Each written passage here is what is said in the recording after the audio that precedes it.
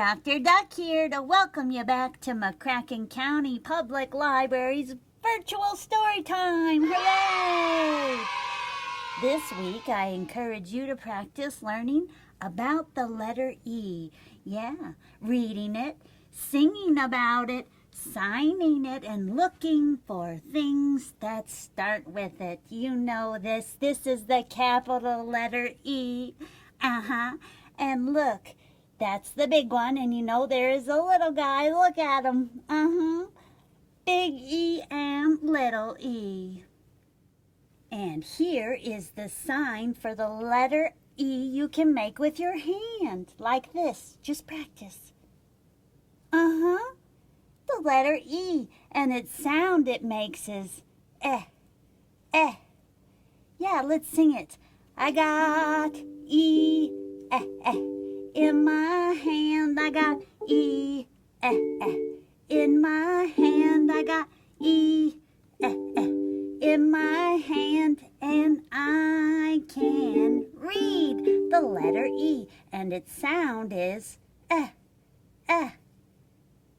Oh, time for us to get our magnifying glass and play I Spy, looking for the letter E. Let's see. I spy with my little eye something that begins with the letter E, and it is, elk. Did you know that this is called an elk? Ooh, he's a little extra, isn't he? Woo! Now let's see. Oh, egg! That's where I came from. I was a little duck egg at first, okay? And next last one here, elephant! Oh, good job, kids, you did it. Now it's time for Brary's digital book. Hello, friends. Justin here to read you a book called If You Were an Elephant, written by Leslie Staub and illustrated by Richard Jones. And thank you to the publisher, Penguin Random House. Let's jump in. If you were an elephant.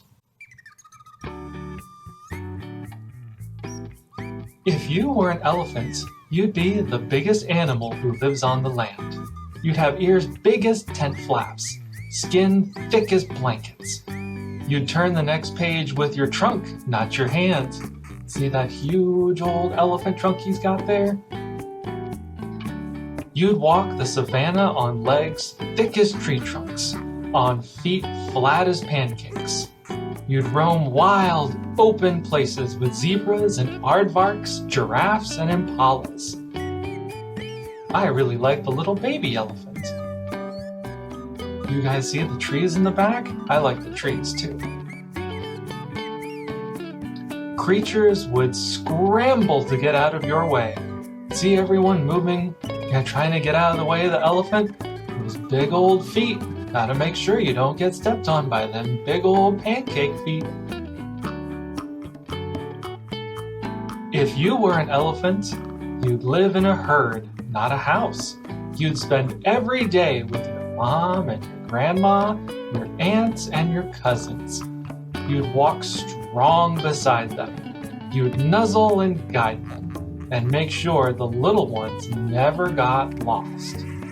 See what a great family they are? You can see one of the mama elephants holding on to the tail of a little baby here on the right side. You can see the grandma elephant comforting the little baby one on the left. What a nice family. If you were an elephant, you'd eat all day long. You'd munch leaves and grasses, whole bushes and branches. You'd dig roots and scrape bark with the tips of your tusks and wait till baboons drop dessert at your feet. You see all those baboons up in the trees there, gathering fruit? Sometimes they'll drop fruit and elephants will pick up and eat it. That sounds really tasty. And when you got thirsty, you'd tromp to the water hole. You'd guzzle gallons and gallons. Look at all that water that elephant's drinking. They sure look thirsty. See all those other birds trying to get a drink too? Everyone's awfully thirsty. You'd swim and you'd paddle. You'd use your trunk as a snorkel. You can see them playing there with their water splashing around. You'd send buckets of water splashing all over. You'd be a fountain spraying rainbows around. Look at those lovely rainbows spraying there. If you were an elephant, you'd give yourself mud baths. Ooh, mud baths. You'd slide and you'd roll and throw dirt all over until you were covered from your trunk to your tail. Look at them splashing all that mud around. That looks very, very fun. You can see there's birds flying in the back. Better not get messy, birds. If you were an elephant on a hot afternoon, you'd make a breeze with your ears and cool yourself down. I wish my ears could do that. You'd nap in the shade of an umbrella tree, listening with your feet to the beat of the land. Like big old ears on your feet, just listening to the rumbles and hearing everyone coming and going. That sounds very fun. But when you sense danger, you'd charge and you'd thunder, tusks flashing fiercely, as bright as the sun. Look at that angry mama elephant. She doesn't want anyone to mess with her family. You'd stomp and you'd trumpet. You'd drum out a warning that would carry a message for miles through the ground. You can see all those sound waves there just traveling through the ground, letting everyone know that Mama's serious. When the danger was over, you'd reach out your trunk to the old and the young ones. You'd touch and you'd soothe them. You'd check them all over. You'd let them know softly that things are okay. Just like how we give each other hugs when we know that we're okay. If you were an elephant, you'd always remember the best places to go. Elephants have a really long memory. And when you cross paths with a herd of old friends, you'd rush out to greet them.